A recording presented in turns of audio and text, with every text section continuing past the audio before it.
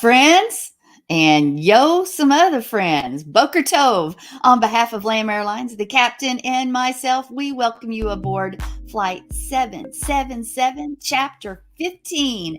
I'm Mrs. John Craig, and I will be your captainette this morning. Hi, Captainette. Hello, Mr. Captain. Flight 777, Chapter 15 is a non-stop service fluttering across the universe. Dandy Sandy and I are seeking and searching because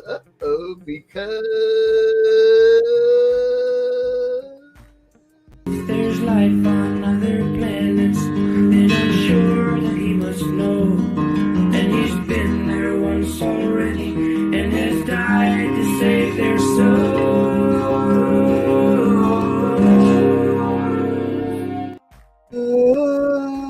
I'm repositioning. Totally radical, Captain Marky Malarkey. If only your audience had seen the sights we've seen, the universe just goes on and on and on and on. Now, Captainette, don't go on and on and on about things no one else has ever seen. Yes, we've seen things. Yes, no one has ever seen. They absolutely should never see. But even greater things yet for us to see, because the Lord God Almighty has great and mighty things for us yet to see. See? Sí, senor. It's muy gudo. By the way, Captain, our flight time will be an hour and a half, and we'll be flying at an altitude so high that we'll see the stars outside our windows, and an airspeed is so fast that we will actually see the wind.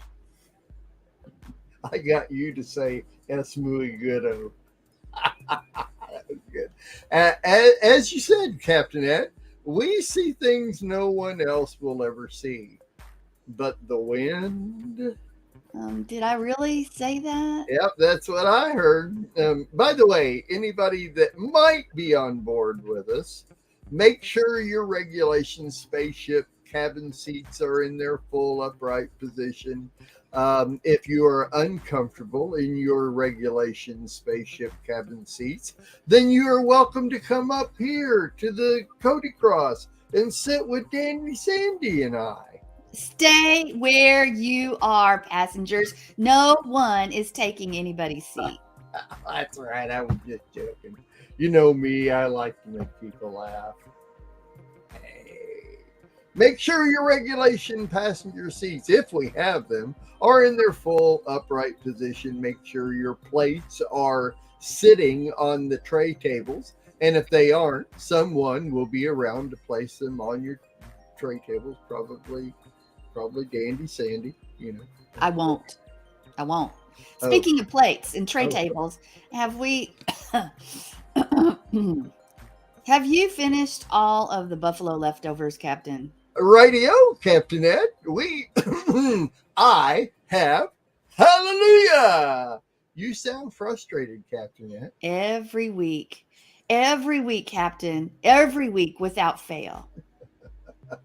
All righty then. If you're ready to continue, Captainette, I think it's time to get on with the show, because, after all, that's really all we're doing here. Each week we are performing a show. I just want everybody to know that Dandy Sandy and I and myself are not actually fluttering around out in space with a bunch of passengers scared out of their minds. We're finished, Captain? Are you finished yet? Our audience knows all that and doesn't want us to tell them all these things. Says you. Please check to make sure each fluorescent tube in your overhead light is working. There are 6 of them. If not, you'll find extra tubes in the drawer under your seat. Oh. I think my fluorescent tubes are gone. Matter of fact, the whole stinking drawer is gone. You will have to change these tubes yourself, as Dandy Sandy is not going to change them for you. Please make sure your overhead lights work. He's right. I will not be changing your bulbs. Oh, that didn't sound right. I wrote it. Can't find your seatbelts? Get up off of your Oh, seats you and love this. dance till you feel better. Get up off of that thing and dance till you sing it now. Get up Hey, off of hey, that hey, thing. wait, Sandy. I think you might need a little schooling. Maybe I just ain't a foolin'. Try this. I'm back. Get up off of that thing and dance if you feel better. Get up off of that thing and dance. Say it now. Get up off of that thing and dance if you feel better. Get up off of that thing and try to release that pressure. Get up off of that thing and twist if you feel better. Get up off of that thing and twist. Say it now. Get up off of That wasn't in the script. She wasn't expecting that to happen. No, I wasn't. But if we're going to get the full effect, then we're going to have the camera further back so we can both get up off of that thing. That's right. That's right. And then we need to coordinate. Hey, That's anyway. right. Sorry I got carried away with all that. I Okay. wouldn't throw that in. Get up out of your seats and reach down between the cushions. I'm sure you'll find a seatbelt's fastener and fell down after the last passenger who sat in the seat. You might even find some loose change. If so, as a reminder, it belongs to Lamb Airlines and you have to turn it in. Yep. That's right. There's a box in the forward cabin. Yep. Marked change found between the seat cushions while searching for your seatbelt fasteners. That's right. It's in the forward cabin. Oh, the forward. Make sure your speakers are at an amped up setting because today's flight is called the Dandy Sandy and the Marky Malarkey Go Ballistic Flight 15. Or maybe not, Captain.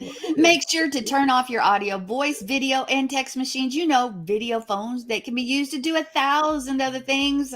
Just turn them off so you won't be raving mad during the Dandy Sandy and Marky Malarkey Go Ballistic Flight 15. Passengers, I hope you're ready for some fun facts about nuclear bombs. Well, the first thing I have is actually an observation. Dandy Sandy, pronounce nuclear for me. Nuclear. Yeah, see, that's right. For most of us, we pronounce the word nuclear as nuclear. Nuclear. Okay? I hear 3 syllables when we pronounce it that way, but I looked up the word on the website, and this is a real website, howmanysyllables.com. It actually only has 2 syllables. It really should be pronounced nuclear. Nuclear. Nuclear. Nuclear. Now, if you will pronounce it right like that, then it also gives off a new meaning, as though when a nuclear bomb goes off, it newly clears out everything in its path. Just my observation. So, Yep. is that how you want me to say it the rest of the time? Nuclear? I could care less. All right. All right. But, Hey. but if we'd say it that way, then maybe we'd get a different perspective on what a nuclear bomb. And by the time this show's over, you will get a new perspective on nuclear bombs. All right. Well, I'll give you another fact about Okay. nuclear bombs. Uh-huh. Fake oil paintings can now be detected because of nuclear bombs that were detonated in 1945 because of the isotopes such as strontium-90 and cesium-137 that can be found in oil. These isotopes did not exist in nature previously. If a painting contains these isotopes, it certainly was painted after 1945. So, if the bomb went off in California, then oil paints in Spain are also affected. So then once a bomb goes off, it affects all oil paints all over the world? Because that's kind of what they're insinuating It there. is. It It, it, it makes me want to look at that a little bit further for yeah, clarification. exactly. Well, here's another fun fact about nuclear bombs. The U.S. government set a bunch of beer next to an atomic bomb blast to determine if it was still drinkable. In the event of a nuclear war, beer is safe to drink. So Ooh. now, see, here's my thoughts on this. I made a few notes here. Though this is a great discovery for those who drink beer. Of course, if it wasn't a Corona, I could care less. How close was this beer to the blast? Was it bottles or cans? If bottles, did the bottles still have their caps on? If cans, were the pop tops popped? Who got to test this beer once the blast was over? Well, I have another question. If those isotopes are found in oil paint, why wouldn't they be found in the beer? Yeah, exactly. Well, of all the things on the planet to test, who came up with the idea to test beer? That's my question there. Maybe drinking water would have been an important thing to test. I don't know. You got me. You know. I don't know. I thought interesting there. Yeah, the conversation starters. Another fun That's fact right. about nuclear bombs. In 1945, Kodak accidentally discovered the United States secretly tested nuclear bombs near Kodak facilities because the fallout made their films look fogged. Mm-hmm. Interesting. So where all are these bombs going off in the U.S.? I don't know. You got me, but wouldn't it have been nice for whoever set them off to let Kodak know that, hey, by the way, in your backyard over here. Anyway, another fun fact about nuclear bombs. The likely record for fastest man-made object is a manhole cover launched by a nuclear bomb. A high-speed camera recording the lid, but only caught one frame as it moved. It was determined that the lid was traveling over 125,000 miles per hour. Okay, I've only seen in a movie one time where something like that hit somebody's head, and it was Twister. Yeah, exactly. We got cows. I got cows, and it was when they were in the machine shop or the mechanic shop underneath the ground, and the Twister hit, and one of the guys got hit. But that would have decapitated. And anyway, Yeah. another fun Well, fact. just be glad. Who was it? I can't think of the guy's name now, but there are people making movies today that I'm glad did not make Twister. Making some crazy ones. But I got another. I thought on that was back in the day when I was not now, but back in maybe if John and I got together, but I just can't imagine if John and I grew up together. Oh my, what fun we would have had with True. fireworks. It's like cherry bombs. You set cherry bombs under your Tonka truck, just to see what it'll do. So, Oh my, they would have had to have extra life insurance on both of you, I think. so my thought is, in the same way of setting a cherry bomb under a Tonka truck, who thought of setting the nuclear bomb underneath the manhole cover? Or was it an accident? Did the bomb just cause that thing to shoot out and it was accidental? No, I think somebody set a manhole cover on top of it just to see. Let's see how fast it'll go. Okay. Anyway, Who knows? it's yours. Another fun fact This is about so much nuclear fun. bombs. An underachieving junior from Princeton University successfully designed a nuclear bomb for a term paper in 1977. He got an A on the paper, but the FBI took the bomb and classified it. The bomb, or the student, has not been seen since. Okay. This is the best one of all of them. Another fun fact about nuclear bombs. The United States has lost approximately 8 nuclear bombs. My question is, only 8? Oh, very Oh, this is one of uplifting. the funniest ones, the funnest ones I think I've ever put together. I don't know. I'm ready to hear more fun facts, but Okay, we, go ahead. we hope this information has somehow brightened your day. This way, your visit to planet Earth will be most excellent, dude. Thank you for flying Lamb Airlines. All right.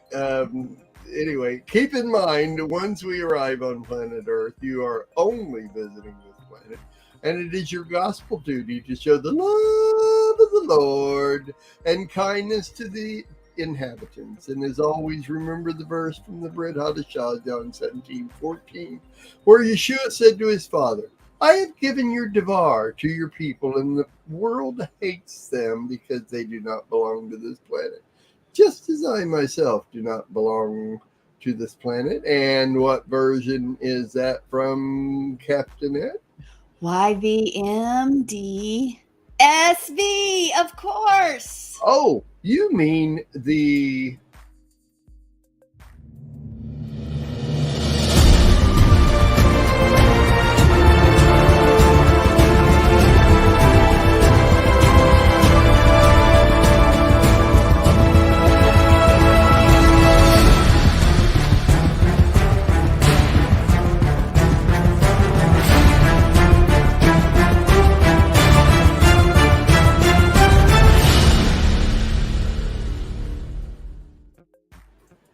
I should have had a nuclear bomb explosion there at the end. Would have been real good there. Yeah. Anyway, okay. Let's see. And your captainette, her Mrs. John Craig.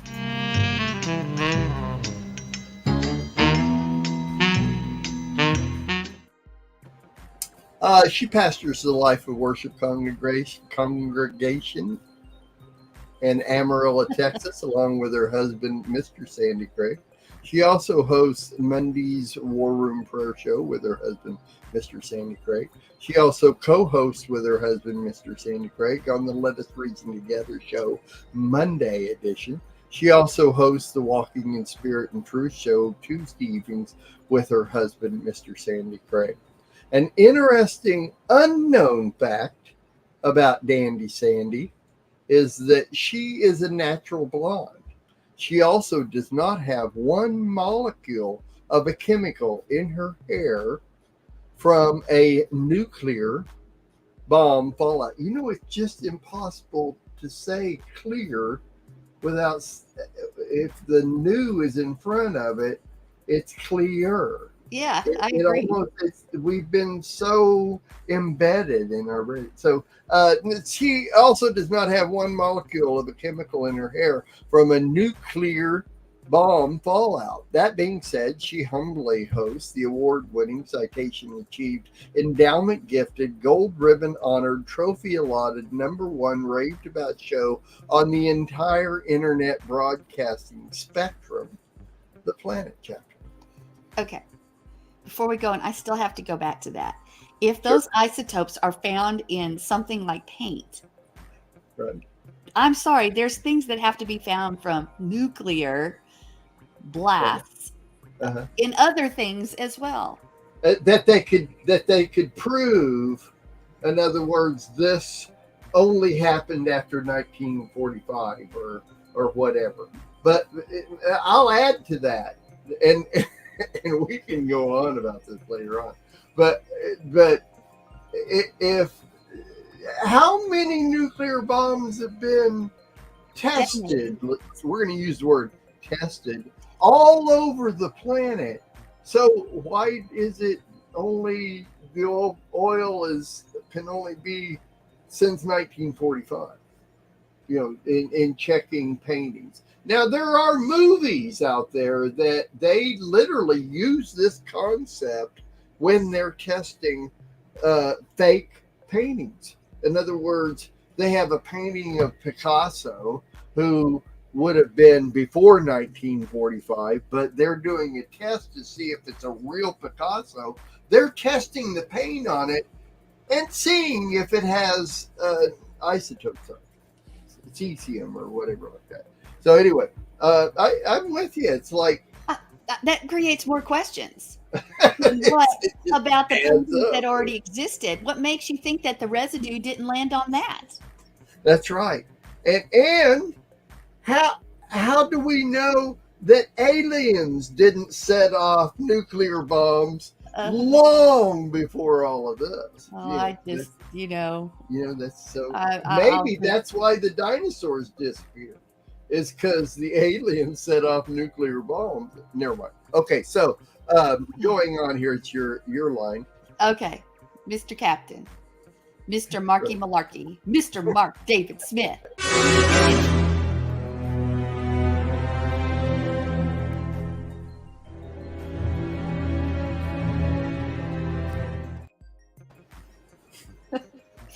Well, an interesting known fact is that Mr. Mark David Smith does not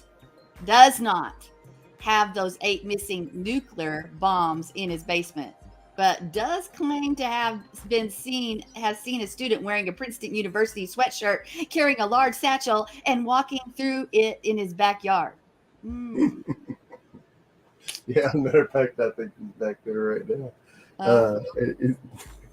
I love you too, Sandy Lou. All right, there we go. Then, Captain, welcome everybody to Chapter 15 of the Mark and Sandy Show, the Planet Chapter. Right. The Planet Chapter. That's right. Oh my, this has been fun. We always have fun when we're by ourselves. Yes.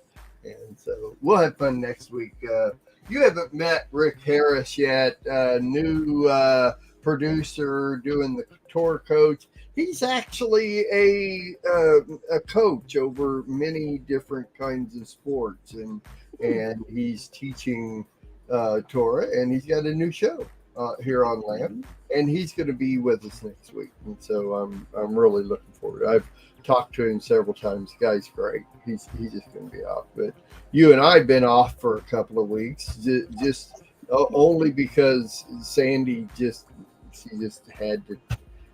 She just can't do it. She can't handle it. The show is just so much fun. She has to rest from it for a couple of weeks. There you go. Well, I have a question for you. Yeah, Another one. Did you get allowance growing up? An allowance? Mm-hmm. Way too many years ago to remember that. I do not remember. I'm pretty sure that I did. But I didn't. We didn't. You know what? We had the right to live in a house and a shelter and food. So, But the poll shows that the average American kid's yearly allowance is enough to buy a top-of-the-line iPad now. I remember, and I can't imagine that. And going back to the millennial thing, and I guess this is under millennials now, but how to even get them up and working and going. I'm still like baffled that kids deserve just money coming out. Of course, that does teach them how to handle money, and then, Does it though? Does it though? That's a good question. Does it really though? Because I even think of what I got I got 25 cents an hour to babysit, and minimum wage wasn't 25 cents now, but people that babysit now and things like that, they get over minimum wage. And I'm shocked at that. Yeah. Who can afford to have a babysitter come in? And times have changed. What have we created by giving our kids all this money?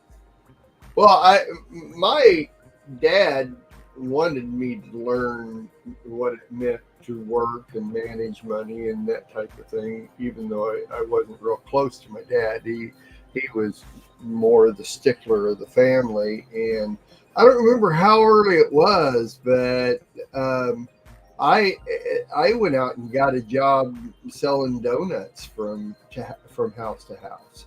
The local donut shop actually encouraged kids to come in, and they would give us a box or two of donuts, and you just go from house to house on Saturday morning.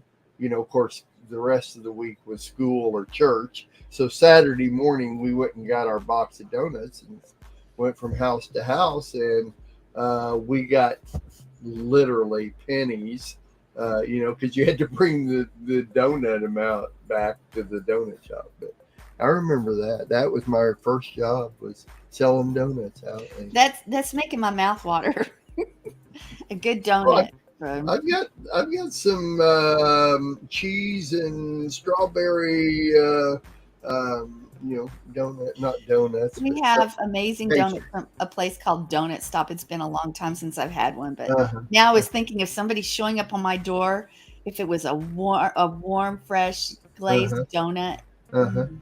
You would have bought it, wouldn't you? You would If have it was bought it. from reputable, I'd want to make sure it wasn't suspicious because I always think, what Uh-huh. did they do to that Well, food? not not okay. I'm turning 68 tomorrow, by the way. Happy So birthday. that would have been 40, 50. Oh, easily 54, 55 years ago. People weren't suspicious That's 55 true. years ago. A 14-year-old kid or whatever coming to your door. So, So, anyway. you know what just came to mind? Happy birthday to you. Okay, I was trying to be Marilyn there. Oh, Happy I birthday. see. You Because know, tomorrow's my birthday. happy Sorry. birthday. Yeah. Oh, no, don't even go there. That's fine. It's good. Uh, Hey, it's your birthday. It's your birthday. It's your birthday. Yeah, yeah. well, on my birthday, I have a doctor's appointment Ooh. and meetings and all kinds of stuff. What's your favorite cake? What's your favorite birthday cake? It would have to be German chocolate cake. Mine too. Okay, and it has to be homemade frosting. And Yeah. and yes, that is my cake. If you want to bless me on my birthday, of course, the one I love it the best from is my mom. But that is what I want. John Yeah. wants a red velvet. Jonathan wants strawberry. Uh-huh. And Killian just had a birthday, and hers is Jonathan said is a white cake with buttercream icing. Uh, But German chocolate, so we do think alike. Yeah, that's the way to go. there's a lot of things that are similar of our likes, but That's true. That is. I know we're real close to the top of the hour here, but a little more information. I don't know why. Well, I'm watching a documentary on nuclear bombs, and oh my gosh, it's just, we were talking before the show, and you were asking me what are some things that you wouldn't know about nuclear bombs, and literally it's the size of a nuclear bomb.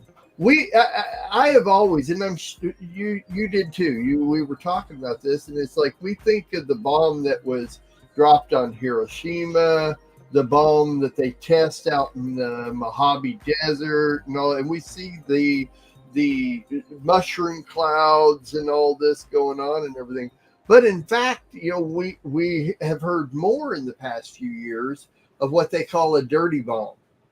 And a dirty bomb is literally just somebody that has a small amount of radiation or cesium, or it can actually be nuclear waste.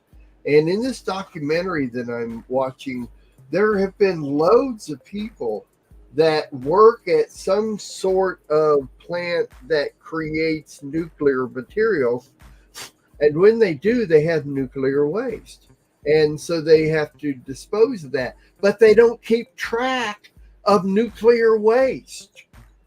And so all you have to do is just collect small little vials of the nuclear waste, and it's still radioactive.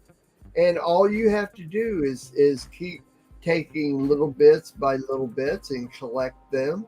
And pretty soon you've got a large amount, which terrorists or the average Joe, I don't know, one and the other, I don't know which one's which anymore, will pay millions of dollars for very small amounts of nuclear West. Not that I'm enticing anybody to do this, but that's really all it takes is you add a little bit, you wrap it up next to a couple of sticks of dynamite.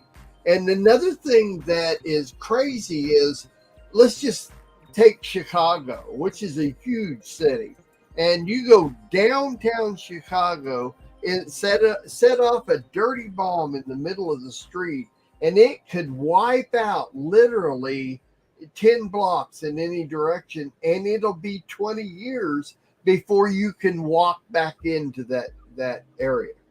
That's how easy it is to set off a nuclear bomb. So, love the Lord, everybody. My question is, first off, everybody, I live in a place where we have Pantex, which used to build bombs, and now we supposedly tear them apart. But still, that's interesting.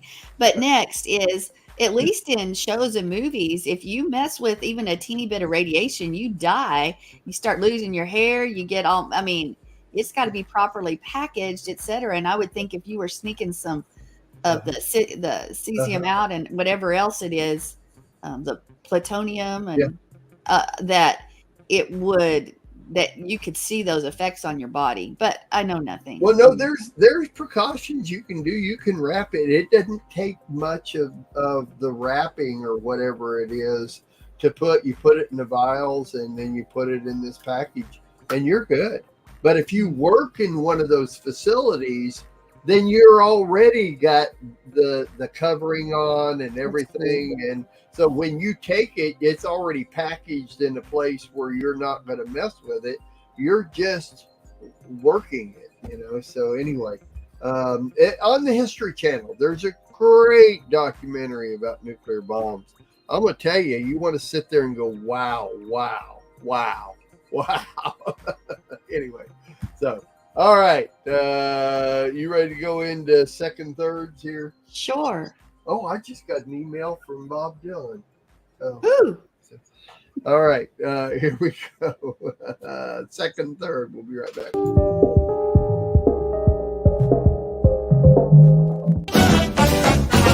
We'll be dancing in the streets, dancing at his feet, dancing in the streets of gold. We'll be dancing in the streets, dancing at his feet. All right, folks, we're going to talk about conflict today, and I'm going to ask this question.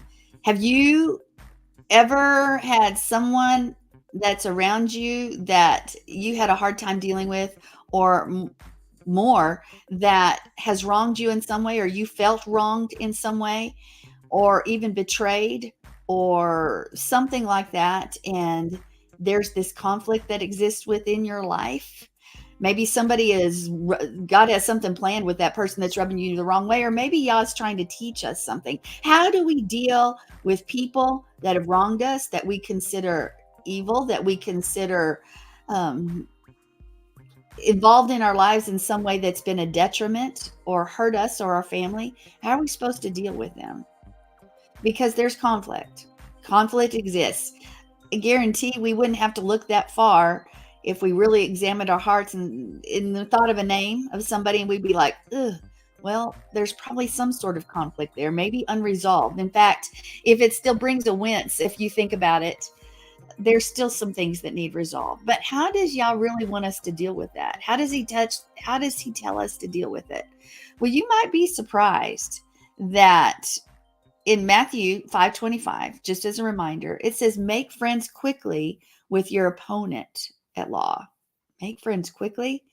And what does it say? Love your enemies?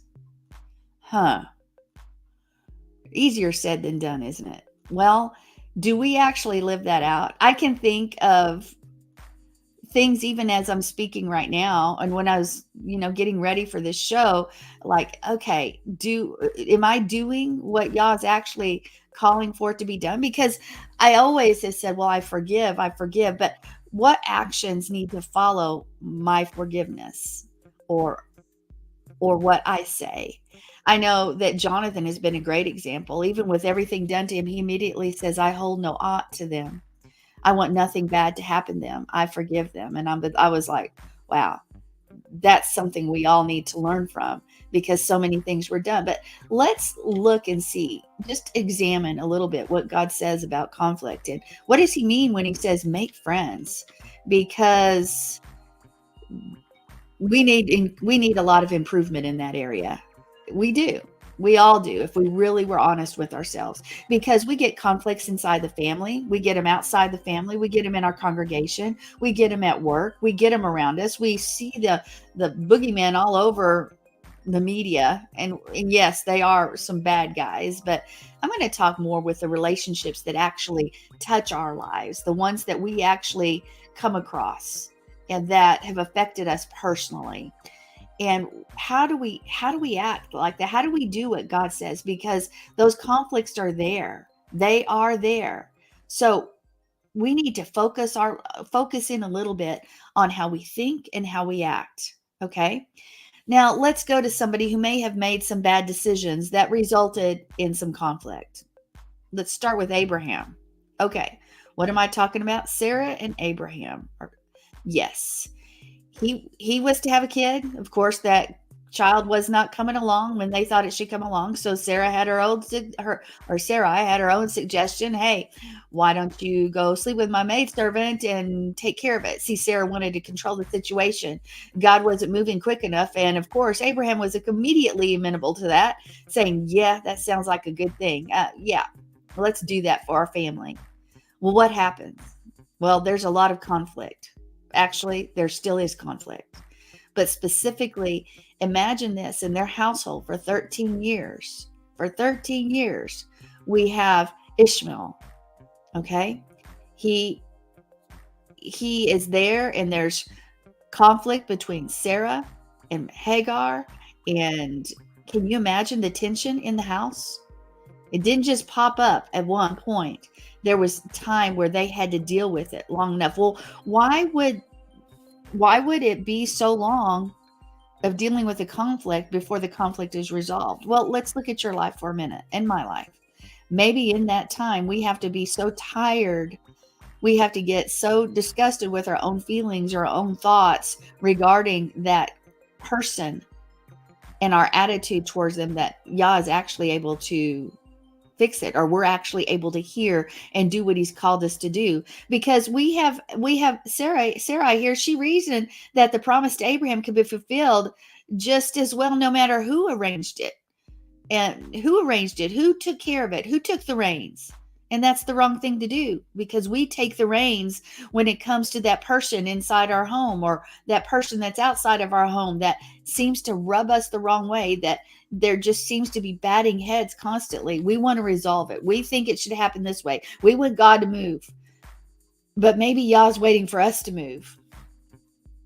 Okay, so let's look at Genesis 16:2. It says, Abram heeded her suggestion. And God tells Adam in Genesis 3:17, he says, because you have listened to your wife. He heeded her suggestion. He listened to her wife. This should give us a pretty good clue about the moral content of Abraham's agreement in that, because he was completely involved.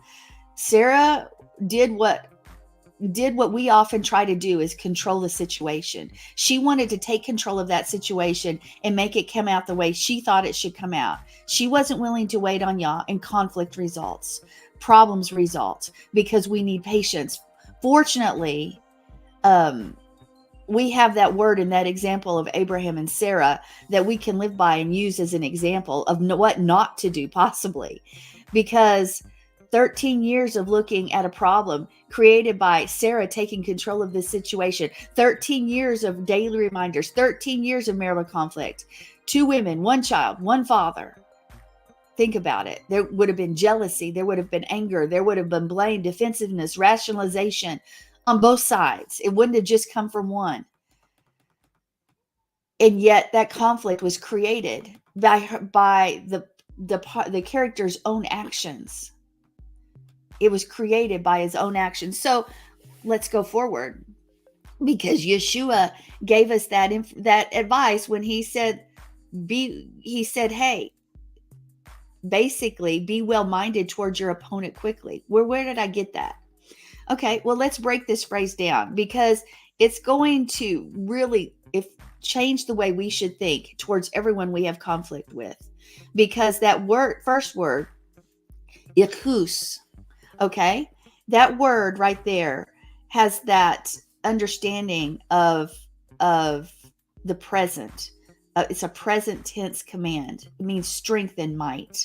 And then that the second word of be well minded is isti, and it's yanun. Okay, so it is number 2132 in your Strong's Concordance, your Greek, and it means to think well of or well intentioned. Okay, we're talking about an opponent, we're talking about an enemy, and we need to have strength in what we're doing and in present tense and be well intentioned of them and think of them well. Really? That's what we're supposed to do? That might be hard to muster, but yes, that is. And it's more than just an action. That word describes the mental attitude of being a friend. Wait, I'm supposed to be a friend to my enemy, to my opponent? See, when Yeshua said these words, he is telling us to have this frame of mind towards someone who is exactly the opposite of a friend. So it doesn't make it easy. It's easy to love our friends. It's far easier to love an opponent, an enemy, someone who's hurt us. And then we have the next word in Greek, and it is antidikos. And that word is for someone who is against justice, anti, at least from our perspective. They're against what's right. Wow, this is just getting harder and harder, isn't it? So this is someone who opposes us, who stands against us, even against what we think is right.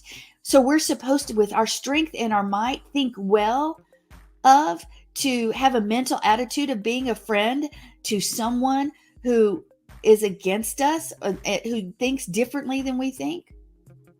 Well, that's what the word, when you break down this phrase, that's what it means, and that's what it says. So maybe we should heed this advice, but let's go forward because it's going to make it even more clear. The next word is tahu, and it means swiftly, with haste, right away, speedily. What? You mean I can't meditate on what they did and how it affects me and how hurt I am and all these emotions? I can't just sit here and dwell on it. I have to immediately think good of them as if a friend, to think well of them, even if they've done me wrong? Yes, that's what the word is saying here. It means don't debate the issue. Don't rationalize or justify why you feel the way you feel and you have the right to do it. No, think well of them as a friend with strength, even though they oppose you right now.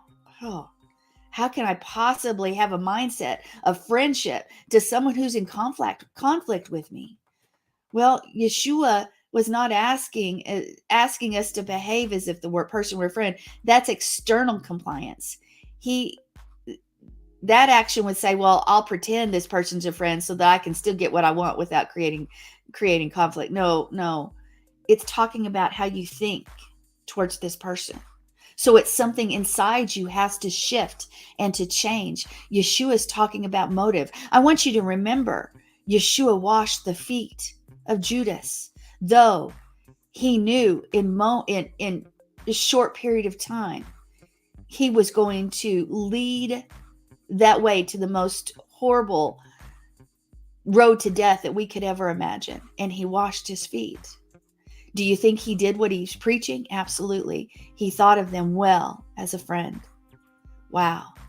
And we're supposed to do what Yeshua did? We're supposed to think and do what he's done? Yes. So I must make my enemy, the person I'm in conflict, a friend in thought and in deed. Friends get along. They care for each other. They support each other. They stick together. Disagreement between friends doesn't make you opponents, but it can bring repentance. Sure, we don't ever want to lose a friend over something we said or did. And by the way, if you're feeling that way, you also need to give the other party grace, because in all probability, the enemy's in there creating division because they didn't say or do what you actually heard. But that's a whole nother thing that we've talked about and we'll talk about again. Yeshua reminds us that once someone is our friend, that we're going to have every reason to resolve that potential conflict, because that friendship is more important than our own desire to control or to win. His insight is deeper still, because as long as we want justice, as long as we want it done our way, as long as we want to be in control, we're going to have conflict. Yeshua reminds us to grasp that significance of making our enemies into our friends. To not call them slaves, to call them friends, to not enslave them in our mind. We can't do that. We've got to act quickly and do what he does. And that means forgiveness. That means making our enemy our friend in thought and in deed, because that conflict is simply a reminder that the real issue is within you. It's within me. So Yah invites us to get aligned with his purposes, not to align with the plans of the enemy to steal, kill, and destroy, to eat us up inside. He promises that if we change our mindset to his mindset, that the world's going to be a different place around us. And our perspective and our attitude and how we face things will be different. And we free Yah up to move and do what he is called to do in that person's life. All right. Come back in, Mark.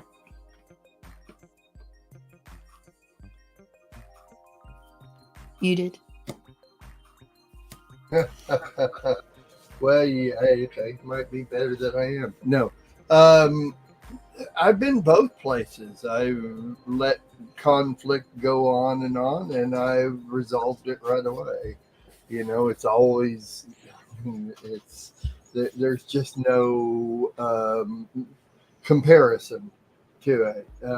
Anytime you let conflict go and go and go, it builds and builds and builds, and you find other things to be in conflict about, and it just doesn't work well.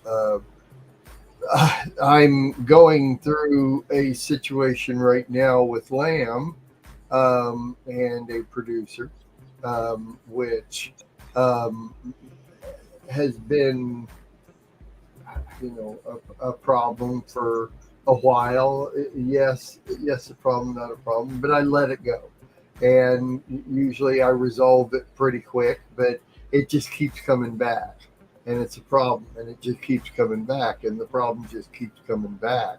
And so what I've learned is that, you can resolve a problem quickly, and you can resolve the problem quickly doesn't necessarily mean the other part of the conflict is resolved quickly.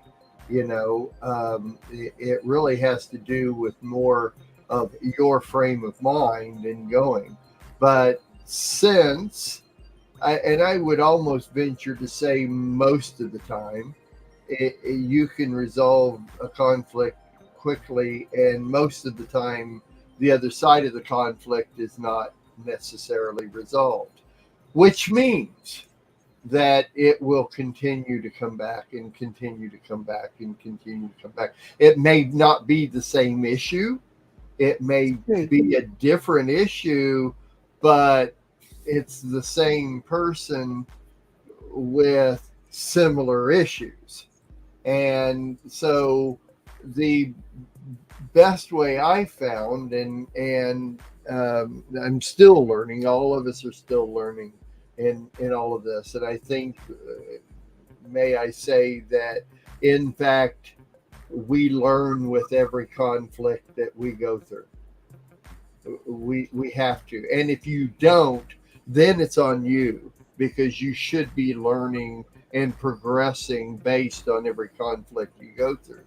But I'm learning that if you resolve the conflict and then the other side of the conflict comes back and you solve that conflict, whether it's resolved or not, you can solve a conflict by compromising. Lots of times you can compromise, you can try to solve a situation. Then the best thing to do is to completely part ways. Exactly. Yes. Completely part ways. And I think, that's what Yeshua was talking about when you have a conflict and that doesn't get resolved, then you could bring others into the, to try to resolve it. But if that doesn't work, then you dissolve the relationship altogether. Right. Most of the time with me, it's just a one-on-one conflict. It doesn't involve like a congregation. It has. I'm 68 years old.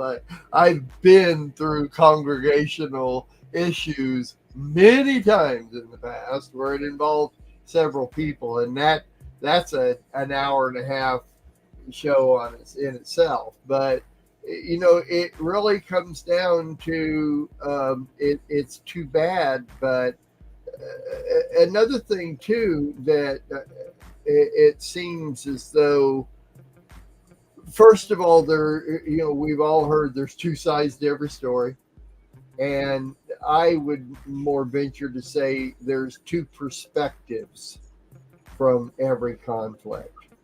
There's two perspectives, and your perspective might be resolved, but the perspective of the other person did not see your conflict from your point of view, from your perspective.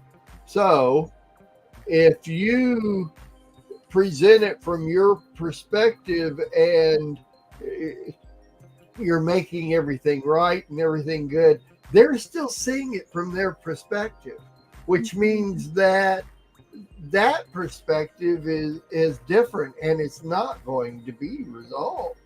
It's true. So they have to. It's almost as though there's two sides to every story. There's two perspectives from every story, from every conflict. We're talking about conflicts. If you resolve your perspective, then it's the other person needs to resolve that perspective also, in a good timing, not to let it go, but to see it. And this is one thing, is to be able to present it from a perspective point of view. So if you're in a conflict, you don't want to argue and fight about what the problem is. The best thing to do is to have both sides present their perspective about the one issue.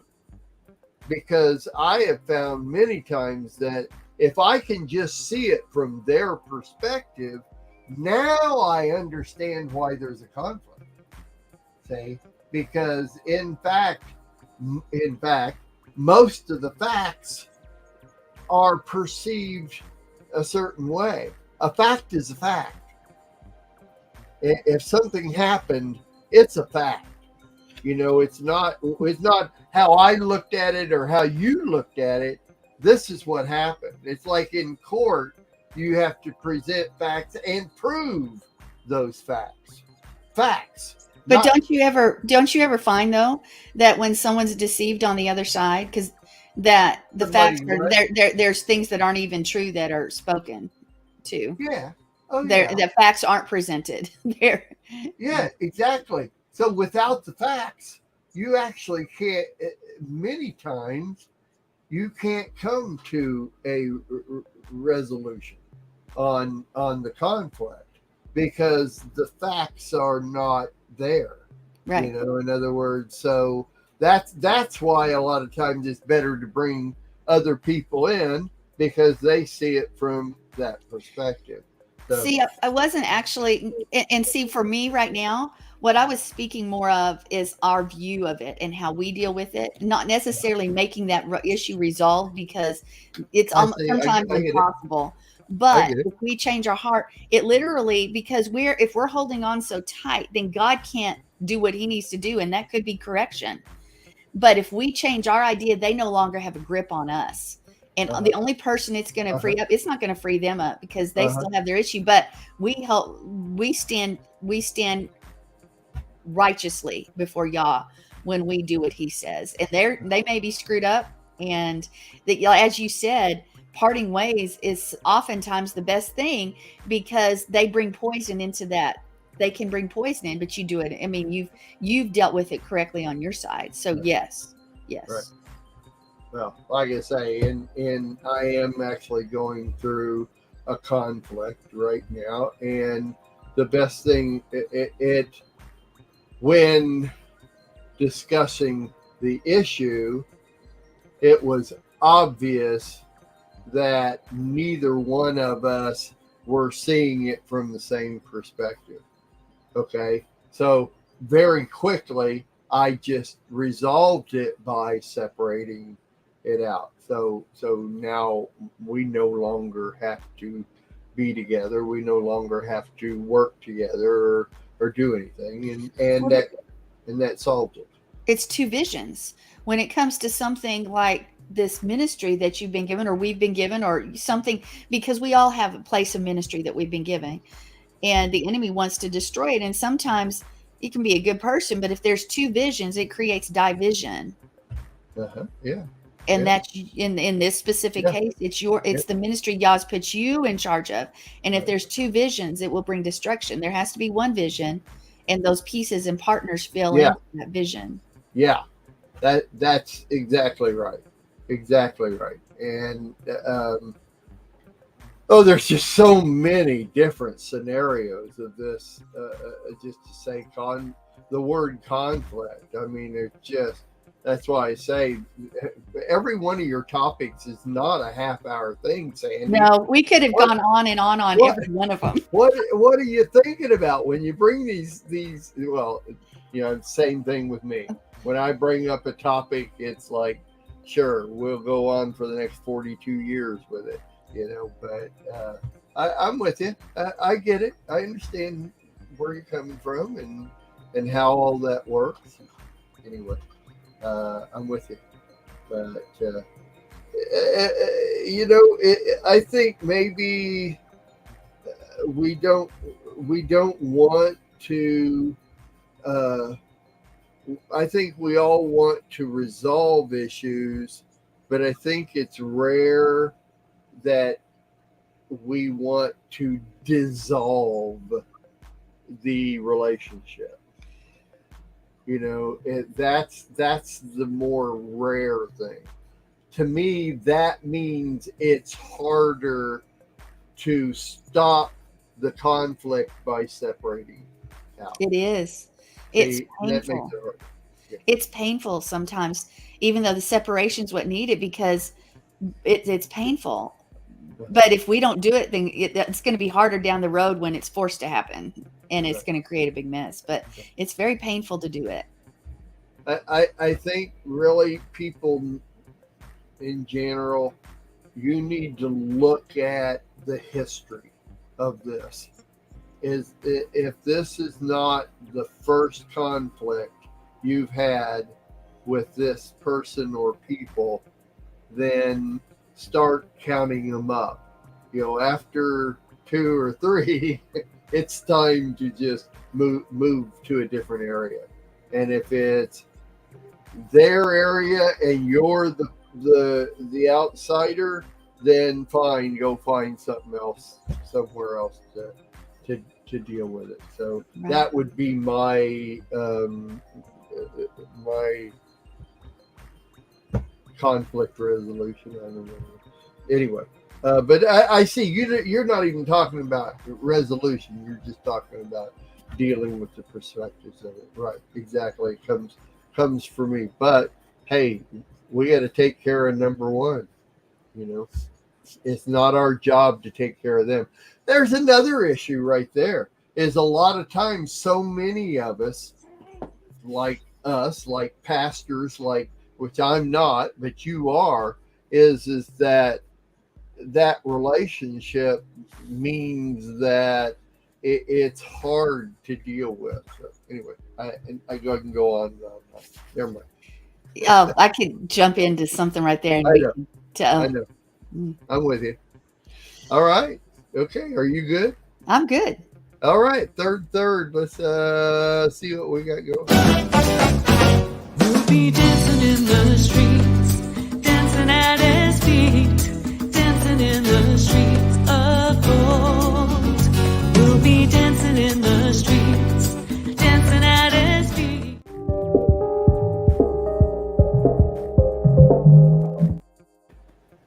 I forgot to put this in the script. Sandy and I kind of have an outline more of some parts of it are scripted and some parts are just outlined.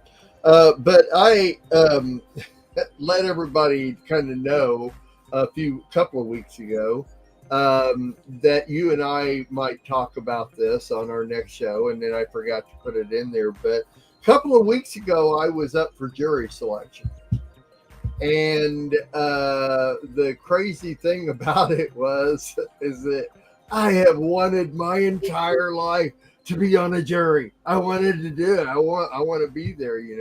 Well, lo and behold, the only time I ever get a jury notice in the mail, it's for a capital murder case, the ultimate of all jury cases. Anyway, it was so funny. They actually send out 250 stinking notices to people to come for jury duty, for jury selection is what it is, not jury duty, jury selection. And so I'm in there early, and I'm sitting and waiting, and people keep showing up, and I'm going, wow, I figured maybe there were 20 tops, but ended up 200 people showed up. And very long story short, that was Monday morning. By Wednesday afternoon, I finally got to go to sit before the judge and the prosecuting attorney. And of course, they want to ask a question, of course, the biggest question is, what's your take on capital punishment?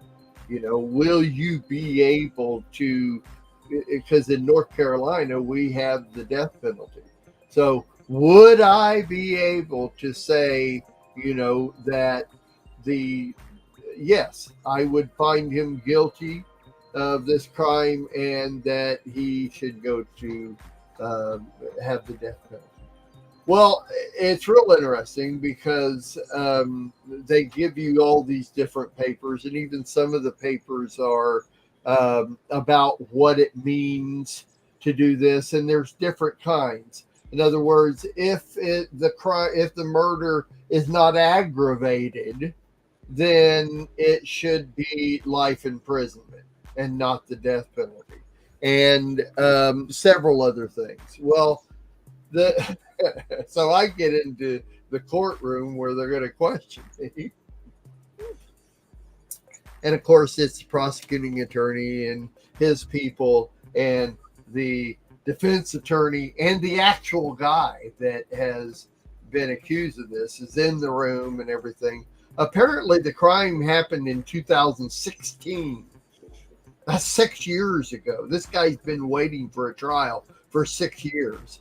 So anyway, I get in there, and he's first things about capital punishment. And it just so happened that day, sitting and waiting to be called for jury selection, for questioning, just so happened I was reading about the account of Phineas and the Israelite that brought a Moabite woman into the camp. And you know what happened, Sandy? Phineas put a spear through both of them. Well, that's capital punishment. And so the guy's asking me about, capital punishment, and I tell him straight out. First thing I say is, well, I'm a Torah teacher. I believe in Torah law. I mean, straight out. This is straight out of the deal, man. And he's agreeing. He says, I know what Torah is. I am familiar with Torah law. And so I explained to him that I just read the account of Phineas and the Israelite and the Moabite, and he did. I said, that's capital punishment. I agree with Torah law. I have no problem with capital punishment.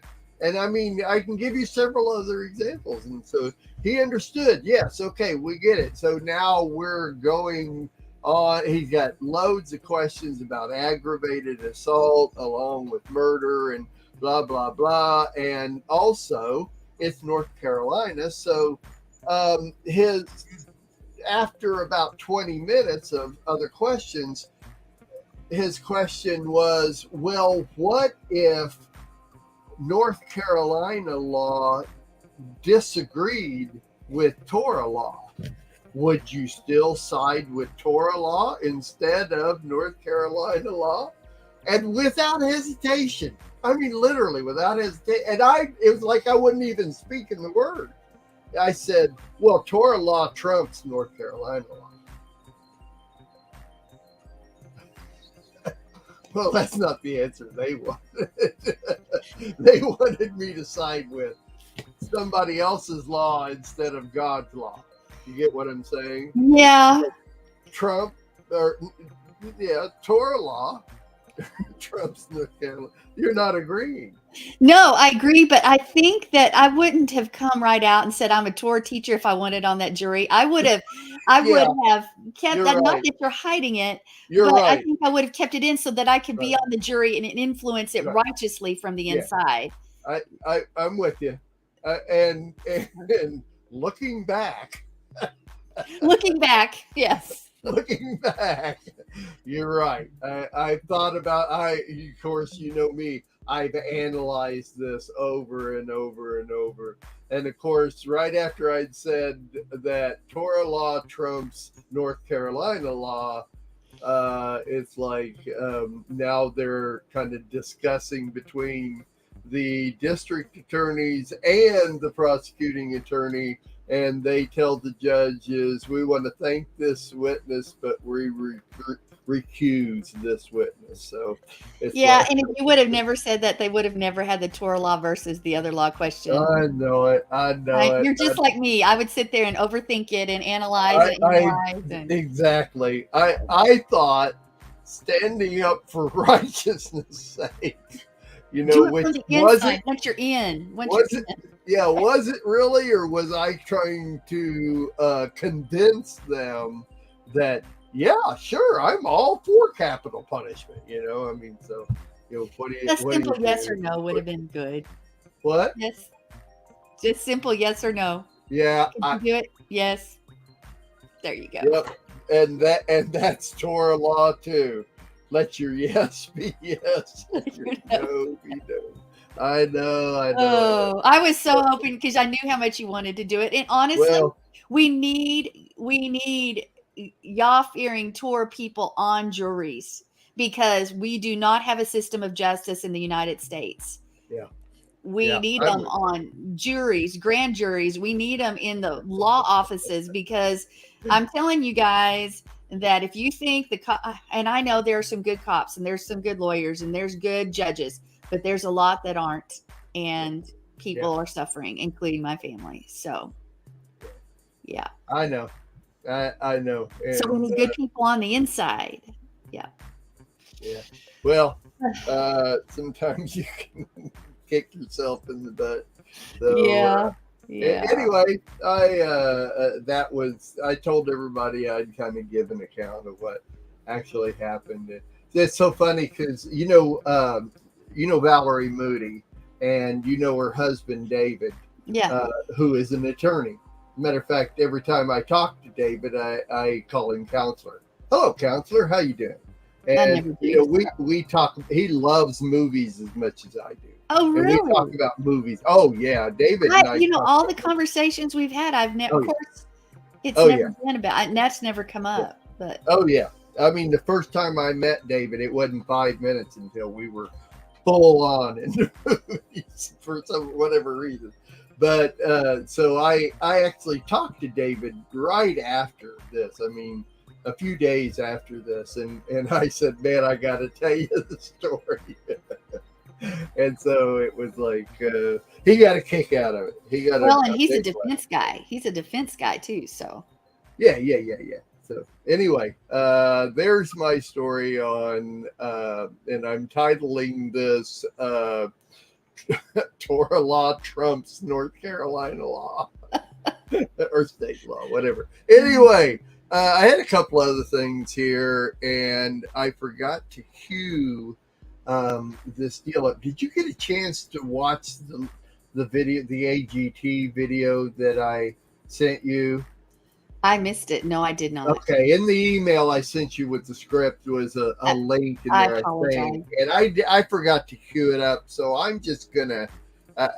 This is something I really wanted to bring up, and I really wish I had this because, I mean, I could find it, but it would take a minute to do. Is that I'm a big America's Got Talent watcher. I love it because you know me at Sakote. I did the talent show every year, And I'm and really big on it myself. So I always love doing those things, and I love the talent, and I love to see the stuff they do on the show and everything.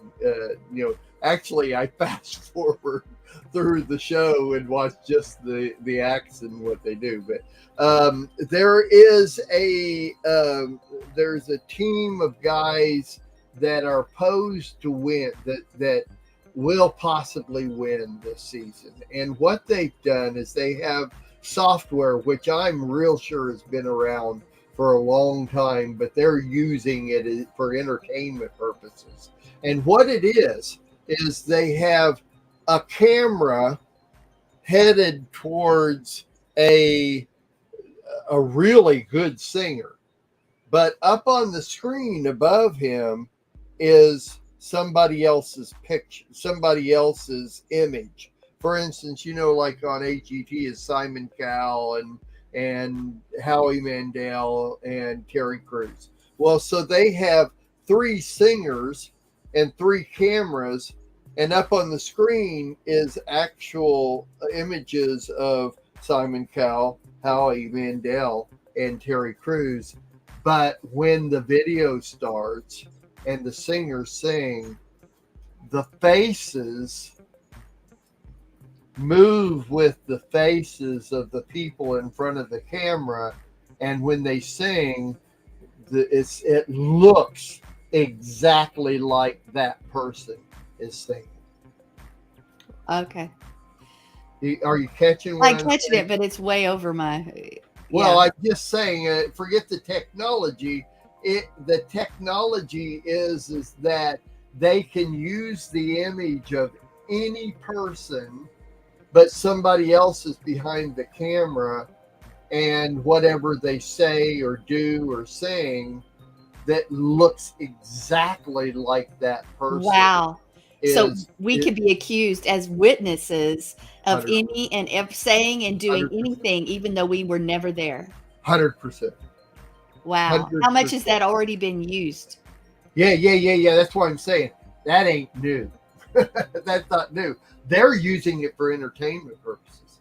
So on AGT, what you see up on the screen is Simon Cowell and Howie Mandel and Terry Crews up on the screen. So you think it's them. But down below are 3 cameras with 3 singers actually singing.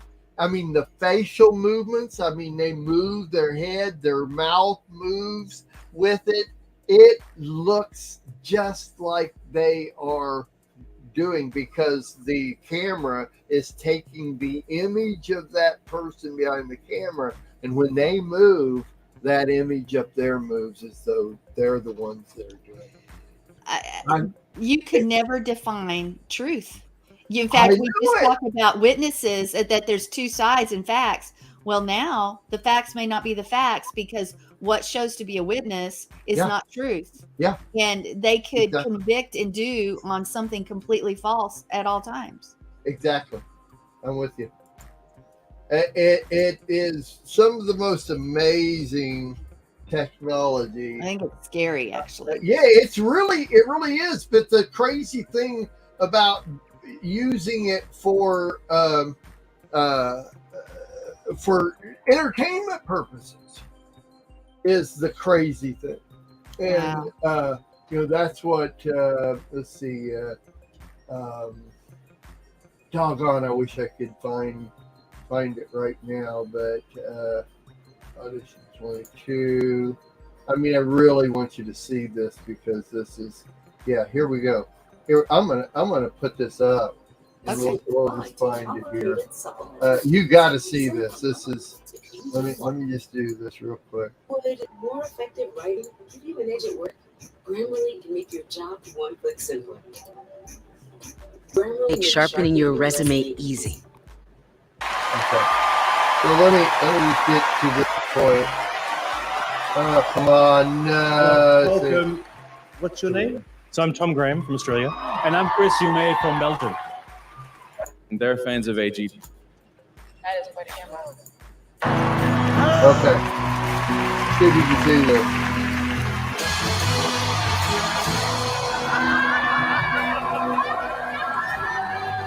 You know our love was meant to be. Kind of love that lasts forever. And I want you here with me. This is the original one. For tonight until the end of time. But you get the story. You get what I'm saying. You should know. That's the person behind the camera. I mean, the guy's moving his head and the whole thing. That's not In my soul, baby, you're the meaning in my life. Is that unreal? Everything he does. You bring feeling to my life. No, this You're is the inspiration. I wanna have you near me. okay. Never mind. Okay. Wow. I know it, man. I know it. This is like, that's, Wow. yeah. How can anything Anyway, hold up in a court of law then anymore? I agree. I totally agree. I thought the same thing. I was just sharing about my jury selection and everything, and it's kind of like, because wouldn't they have trust- people. I wouldn't Yeah. trust. Well, first off, because we have such a litigious society and because there's so much that's not allowed to ever be presented by a defense or by people, and they're mostly cop out to a plea, I wouldn't trust evidence in a court unless it was serious, unless Yah said, hey, this is it. Right. I probably couldn't convict because you can't trust it. But And you don't know how much is not allowed to be presented that is factual that would influence it. But anyway,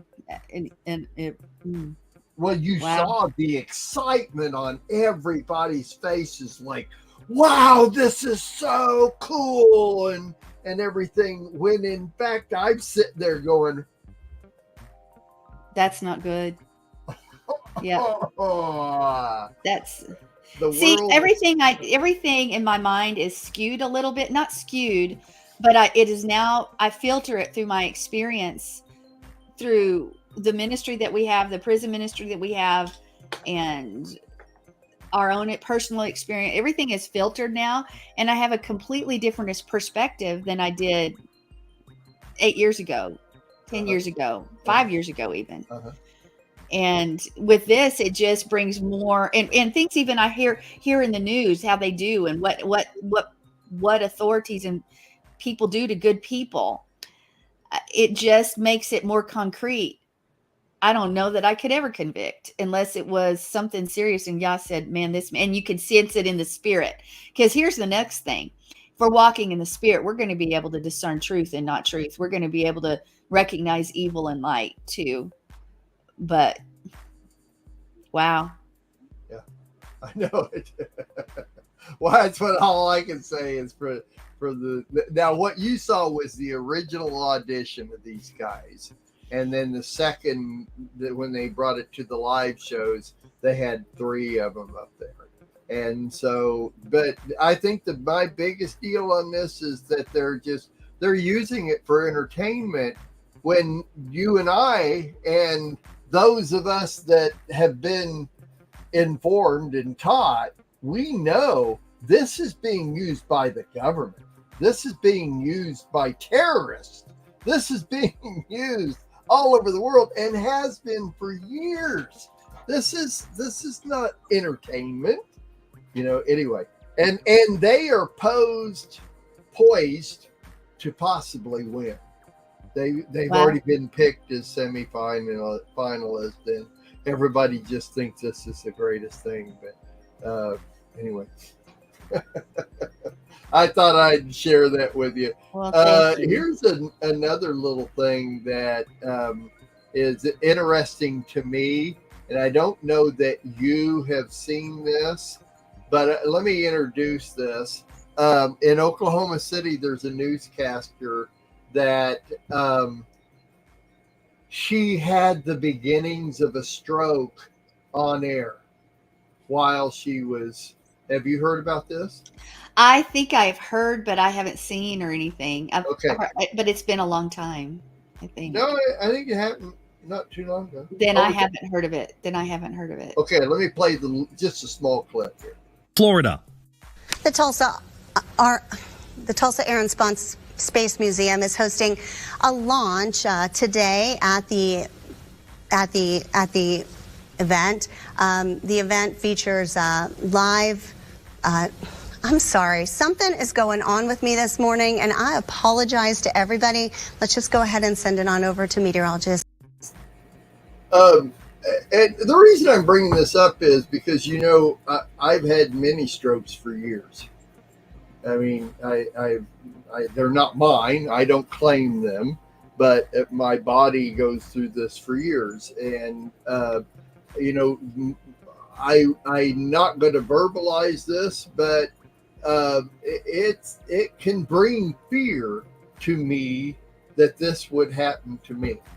And how interesting that this happened actually on air. And she noticed what was happening. I mean, she's fine. She went to the doctor and they actually caught it and, took her, to the hospital and the whole thing. But anyway, I thought it was real interesting that, it's been all over the news and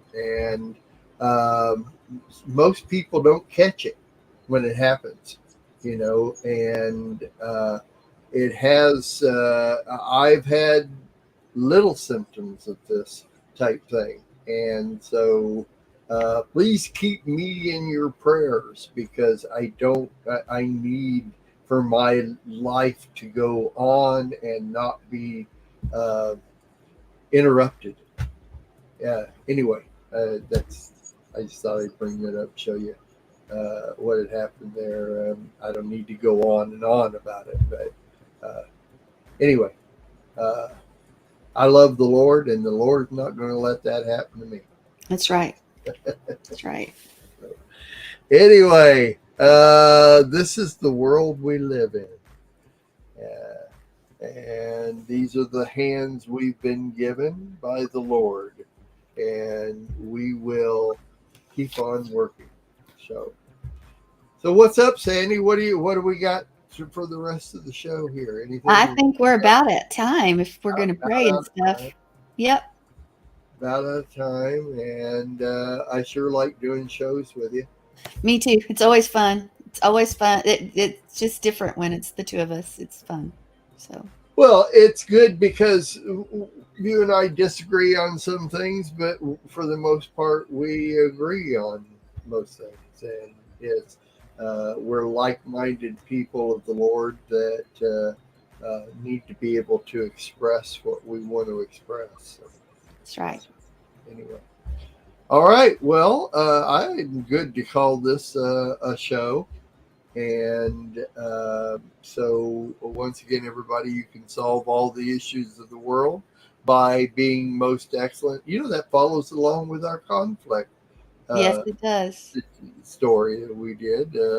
Be most excellent to each other, and in all your ways, acknowledge Him. Be excellent to each other. Be excellent to Be excellent to each other. It's almost like amen. I think it means whatever you want it to mean, but mostly it's just like be excellent to each other. I think it just means to be excellent to each other, really. So, I edit only visiting this chapter episodes every week because we re-air all those. We have hundreds of those, and so I get to hear things that we did back then every week, and the guests that we had on, and we did that at the end of every single show. I don't think we were but a month or two into it that we were putting that in. And so now I'm adding into the audio. It's because we only did audio in Planet, and I'm adding into that, the that little video thing there, and different stuff. So it's kind of fun to do. Yeah. It's fun to hear what we did way back when. Absolutely. Yes, I would agree. I remember going back, even something that you put up for walking for, and I went through and just even listened to that, and I was like, oh, that was pretty good. Yeah, I'm glad I was reminded of some things from that. Or when I listened to an old Planet or old Reason, or, they're good. It's good to bring that stuff up. Yeah, I like it. I like that I have the ability to do that, and Lamb gives me the ability to bring all that in. So, all right. Well, it's all yours. Bring us out, and next week we're going to have Rick Harris from the new show, The Tour Coach. That'll be a blast. He'll be fun. I already told him he gets to be a part of our opening skit for next week. So, but I haven't written it yet. So anyway, we'll see y'all next week. Sandy's got it. Here we go. Yo, friends and some other friends, and we are circling planet Earth as I speak, and there looks like some sort of anomaly hovering over our landing strip. Okay, no. That's just a smear on the spaceship windshield there, where Captain Markey learned back in his captain's chair, and his head bounced off the windshield, and that gel that he uses in his hair, it just must have rubbed off there and caused that pretty good smear. Okay. Anyway, I hope you have been using your audio, voice, and text machines, video phones. They can be used to do 1,000 other things, to invite everyone you know to the very next flight 777, the Planet Chapter 16 on Lamb Airlines. And of course, tell them to listen 24/7 to 777 on their radio dial and watch lambnetwork.tv in their favorite browser. We want to invite you to watch the next week as Rick Harris from the Lamb Original Show, The Tour Coach, will join us on a most excellent journey of the Planet Chapter. On behalf of Lamb Airlines and the entire crew, again, we thank all of our audience for joining us on Flight 777, Chapter 15. We are looking forward to seeing you on board every Thursday, or at least the Thursdays we're broadcasting. Yep. Anyway, have a nice day here on Planet, who boasts, just like you or me, the planet has a waistline that bulges a bit around the middle. And adding to this is the melting ice from the Antarctica and Greenland, which adds to the water, to the oceans, and then they're pulled towards the equator. Okay. Well, have a great day here on planet Earth. Father, we come before you in the name of Yeshua, and we ask that you would help us to better understand one another and to give each other grace and mercy, and learn how to resolve that conflict, at least from our side, so that our mindsets are different than they once were, to treat those that you would call us to treat as a friend. Yes, use discernment in all things and walk in your righteousness. And Father, we also speak forth healing on Mark, where every manifestation of shalom is in every one of his cells, systems, and throughout his body, where he no longer deals with anything that's not from you. Father, you know all, you know where the root of it is, you know all of it, Father. And he is a friend, our leader, and so much more to so many people around the world. And we thank you for his life, and we just surround him and let your glory overshadow him, even as we speak, and healing come in Yeshua's name. Amen.